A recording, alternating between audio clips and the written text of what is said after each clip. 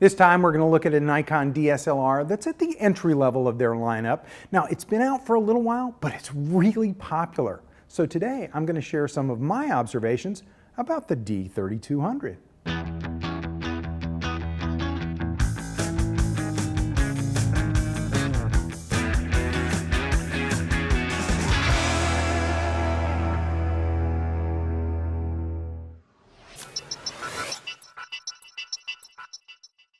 Hi again, I'm Larry Becker, and today we're going to look at the popular Nikon D3200.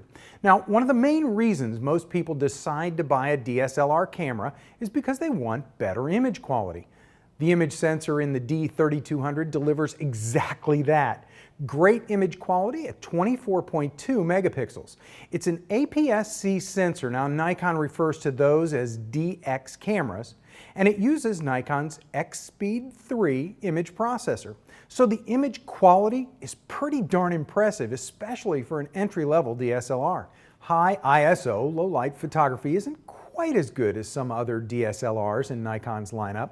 It goes from 100 to 6400 native, and it can be boosted to 12,800. But I did notice a little more noise than I prefer at anything above 1600. Still, considering that lots of D3200 users will be moving up from a point and shoot, there's definitely an improvement in low light performance.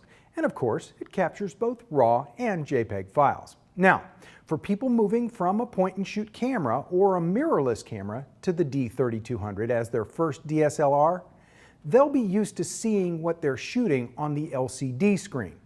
Like all DSLRs these days, the D3200 has a live view mode so that you could keep shooting like this using the nice 921,000 dot LCD screen, but I'd encourage you to change how you shoot and start using the optical viewfinder. One of the great things about an optical viewfinder is that it allows you to see exactly what you're going to shoot even when you're standing in direct sunshine, because you don't have to worry about glare and other reflections on that LCD panel. The other great thing about shooting with the optical viewfinder is that it leaves the LCD screen available to display information. That information display is really handy, and you can even adjust settings right there on the LCD. All you do is press the Information Edit button. That's the button at the lower left of the LCD screen. And you enter a mode where you can adjust the various settings right there on the LCD. While you can adjust anything from within the menus on this camera, quick on-screen access to the most used settings is a really nice design feature. There's another really cool design feature Nikon has included for novices. It's called Guide Mode, and you can think of it as camera lessons built into your camera. Just turn the mode dial on top of the camera to guide, and then follow the directions on the screen. The D3200 walks you through all the necessary steps and settings to capture a particular image. Video capture with the D3200 is quite good, and you can grab 1080p HD video at 30 frames per second or 720p HD video at 60 frames a second. But remember, this is an entry-level camera, so while the video specs might seem good, you are pretty limited in your control while recording. For example, you can only adjust the ISO during filming.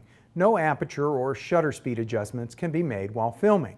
The camera's onboard microphone is mono, but I like that there's a microphone jack underneath the flap that lets you add an external stereo mic for professional quality audio during filming.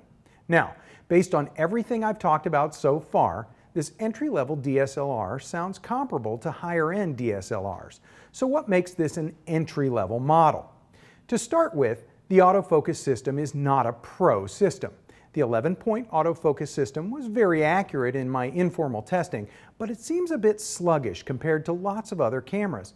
Even some point-and-shoot cameras have faster autofocus systems than the D3200, so you may not be able to get some of those quick action shots of the kids playing ball or maybe a bird flying by. Another thing missing from this camera that actually kind of surprises me is the lack of in-camera special effects filters, which are automatically applied as you snap pictures. While there is a retouch menu that allows you to apply some special effects to images in playback mode, many other cameras in this class have special effects that get applied as soon as you take the picture. And with the popularity of HDR post-processing, I'm also surprised that there's no option for auto exposure bracketing. Finally, I want to tell you about a little thing that I found annoying while shooting and a super easy fix for it. Earlier I told you I really like the info screen. That's true, but I wish this camera had a proximity sensor so that the rear LCD would turn off anytime you hold the camera to your eye. That way you could look through the viewfinder and not be bothered by glare from that LCD. The info screen shows up anytime you press the info button, the information edit button, or even when you press that shutter button halfway down to capture focus.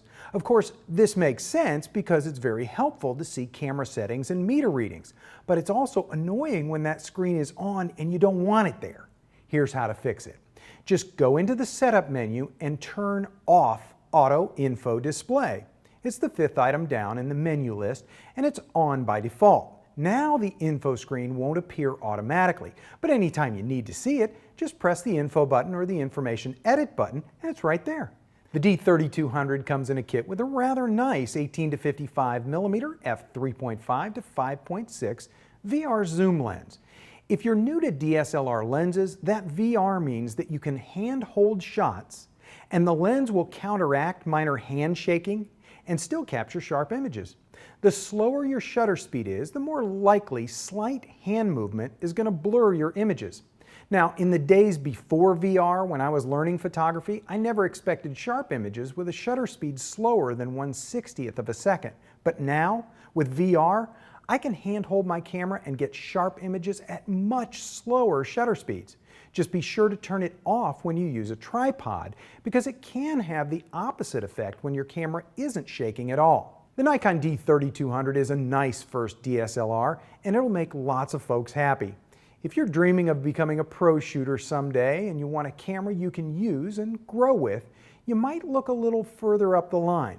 But if you just love the idea of beautiful big 24 megapixel images and impressive HD video, then the D3200 could be just what you need.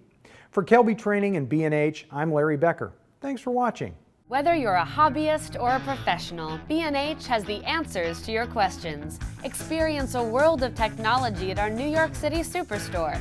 Connect with us online or give us a call. Our staff of experts is happy to help. Scott Kelby here, and welcome to this quick tour of our online training. We have hundreds of online classes for you, covering everything from lighting to landscape photography. From portrait photography to sports, we have classes on wedding, automotive photography, shooting, food, fashion, travel, you name it. The most incredible part of this is the price. You get all of this for just $199 a year, or you can pay monthly for just $24.95. 24-hour a day, 7-day a week access from anywhere in the world. I invite you to join with us today and start learning right now.